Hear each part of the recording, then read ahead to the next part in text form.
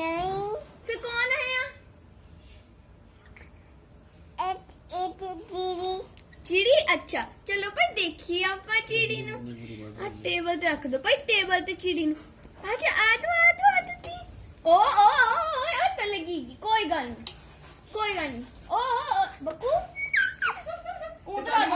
इधर बेबा पेपर परी कर दो परी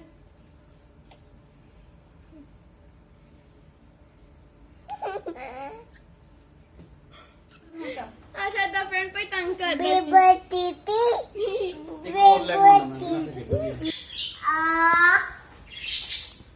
बकू टच करो चिड़ी नु बकू टीडी में टच करो टच